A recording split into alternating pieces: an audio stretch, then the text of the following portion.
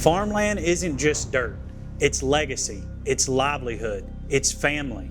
And in Kentucky and across the country, we're losing it every day.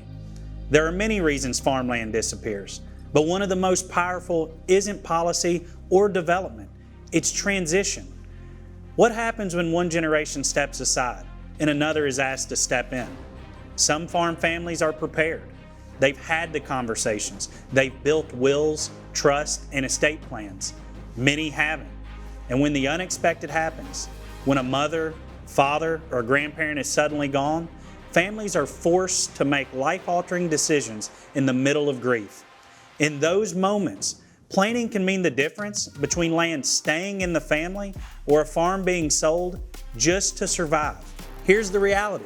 In Kentucky alone, we lose more than 100,000 acres of farmland every year. More farmland each day than the size of the average Kentucky farm. That is not sustainable, and it should concern all of us. Yes, policy can help. Voices matter in Frankfort and in Washington. But some of the most important decisions happen closer to home, at the kitchen table. They happen through honest conversations, through planning ahead, through putting things on paper before they're needed. At Kentucky Farm Bureau, farmland transition isn't just an issue, it's a priority. One of the people leading this effort that understands it better than most is Kentucky Commissioner of Agriculture Jonathan Schell, with us on this edition of Farm to Frankfort.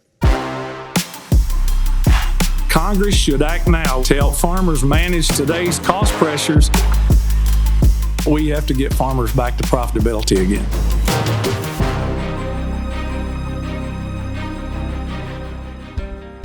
For more on this issue, Eddie and I traveled to Garrett County to visit our old friend and current Commissioner of Agriculture, Jonathan Schell.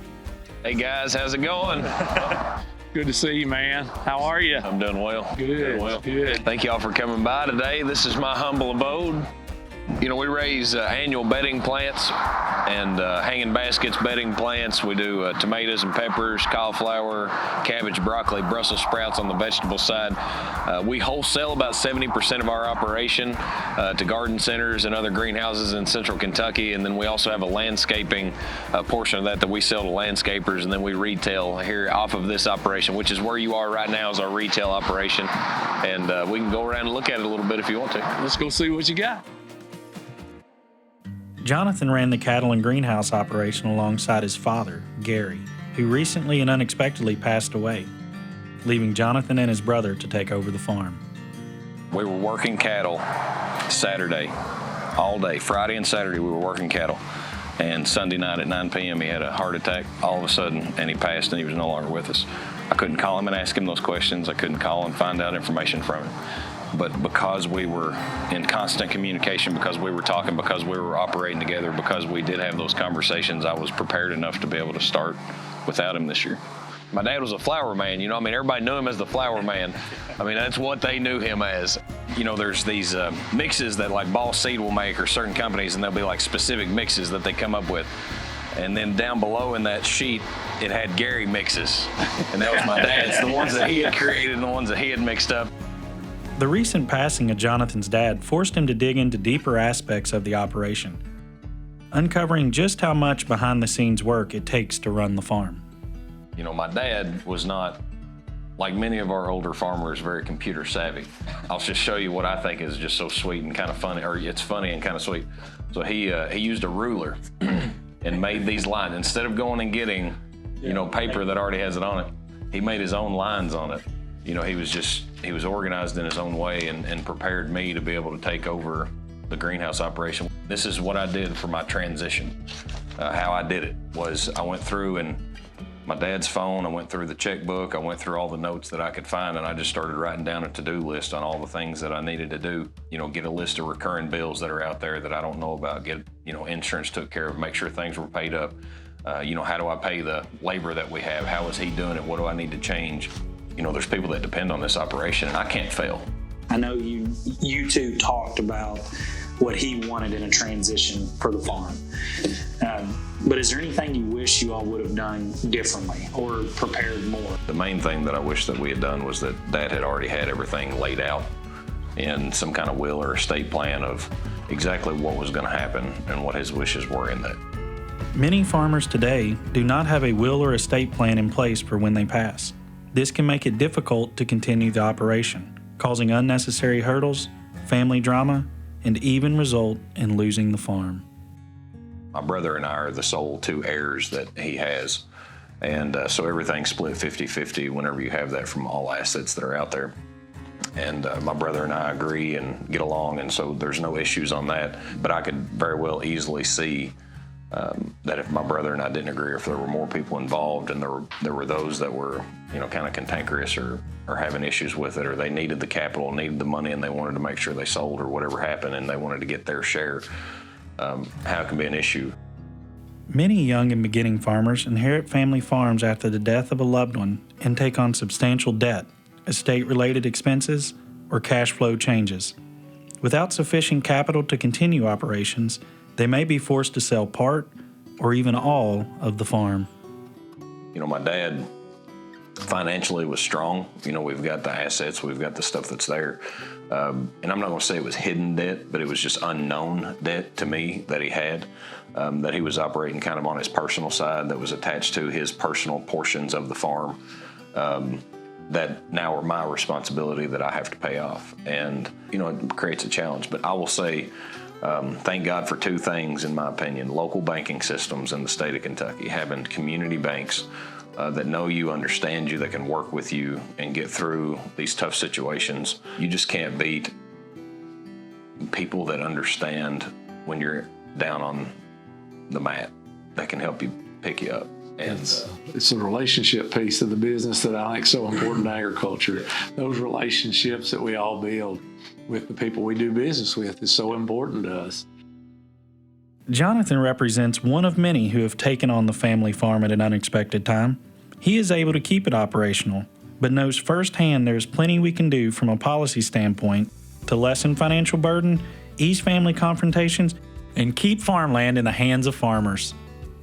I can remember the very first delivery I made to King's Gardens, and I pulled up, and I could just see Wes's face, the owner of King's Gardens, and just the pride I think that built in me, and the pride on him, because he was one of our biggest customers, and he was my first delivery after whenever we started delivering this season. And I told him, I said, Wes, I think you'd have stuck with me regardless, but doesn't it feel so much better that I didn't screw it up? Every day that I'm there, it just feels like there's just something missing about it. Working cattle yesterday, it's the last thing Dad and I did together was work cattle. There is never too many hugs that you can give. Yeah. There's never too many times that you can tell them you love them. There's never too many pictures that you can take. I found this notebook and I was opening it up, and it was his prayer journal that all the men and women and people that he knew, it was the girls that worked up there, the people that would come in, all the people that had asked him to pray for them, and he would have those names written down to where that he would intentionally do that. That was something that my dad became very aware of in his later life, was the intentionality of his life.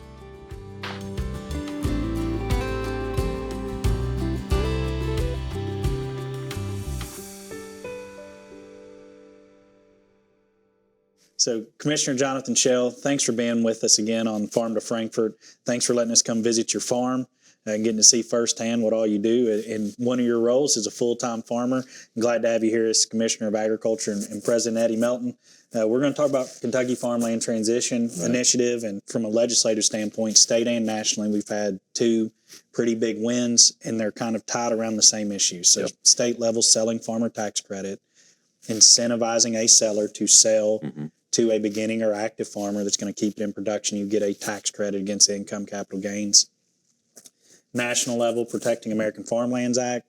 You do get a 4-year period to pay your capital gains tax if you sell your farm to a participant that's going to keep it in ag production. So there isn't a capital gains incentive. So I think we've had pretty good success. We're still working at the national level to get a full exemption. But I know you mentioned kind of potential access to capital to help pay off debts if you inherit a farm. It's all good to have this incentive for the seller, but we as buyers need access to that capital as well. we wanted to work with your office, and in particular Kentucky Ag Finance Corporation, on potentially getting a program for all farmers to have access to low interest loans to purchase farms if they agree to keep that in production agriculture for the life of the loan. So that's still towards the purchasing side, not necessarily the operational or debt side. If you inherit the farm, how important would a program like that potentially be if we were able to get something like that in Kentucky? Do you think that would help? I believe that this is a national emergency. I think that what we're dealing with in farmland transition is as big an issue as if we had a Hurricane Helene, or if we had a tornado rip through, or if we had flooding, the same way that we see with natural disasters and natural declarations of emergency. I think farmland transition in this way is a national emergency in that same capacity. I think the statistics back that up. When you look at the average age of the farmer, and when you look at all the baby boomers that are probably ready to retire, but maybe don't have anybody to sell or transition it to, I think the statistics back up that this is something that needs to be addressed. I think that we need to start having a conversation. We have started that in putting together what this may look like from an emergency loan, similar to what we have with the natural disaster declarations that come in from flooding, tornadoes, hurricanes, whatever it may be, for our farmers that are in an emergency from a farmland transition standpoint. You know, we can talk about subsidies, or we can talk about farmers getting special treatment, or we can talk about all these things from a policy standpoint nationally and try to point fingers at farmers. But at the end of the day, do you want your food coming from somewheres that you have no idea where it's coming from? Do you want some corporation or some billionaire across the country who owns the land and is corporately farming this stuff? Or do you want family farms to be farming this to where that you know exactly who it is, how safe the product is, where it's coming from? Then we've got to realize this is the emergency that it is from a policy standpoint and help put in place things to be able to do this. Because you can't have the cheapest, safest, most abundant food supply in the world expecting that and not be able to help them on the back end. And so I think what we're going to do is start having this conversation nationally with Secretary Rollins and the Trump administration, with our local FSAs and our national FSAs, about how do we put together an emergency plan, an emergency program for farmland transition specifically. And I think that this is something that once it comes to light and we bring it out and we start working on this, this could very easily have a committee hearing in Washington talking about this, because I think this is nothing that's just me. Like, I'm not the only one in this situation. I'm not the only one that's gone through it. I'm not the only one that's going to go through it. We have thousands of farmers across the state of Kentucky that find themselves in the same situations that I and many others find ourselves in as we're trying to do this. So you mentioned that you and your dad talked about transition in the truck, but never took that next step. And this is really to both of you all. Why do you all think we never take that next step? Is it because you don't know an attorney or accountant to go to? Or do you just think everybody believes we're busy, that's something we can get to next week? Why do you all believe that next step doesn't happen? I think there's a lot of things. I think we're busy. Put it off. I can put that off till next week, and then next week turns into next month, and next month turns into next year. Again, I think it's hard because trying to, everybody, a lot of parents want to keep everything equal or within families. I want to be fair. That's what we say. Sometimes it's hard to be equal and fair. And how do you do that? I think Eddie's right. The busyness of it, for sure. I mean, you're always under the gun on the farm, whether it's by weather, whether it's by markets, whether it's by anything else. And I think that the hard conversation on the fairness part of it is, as much as we want to try and be equal to everybody, not everybody else is equal. And we know that some are going to take care of things better than others, and we want to make sure that we've done the right thing for the operation, not just for the people involved. And so I think that becomes a hard conversation.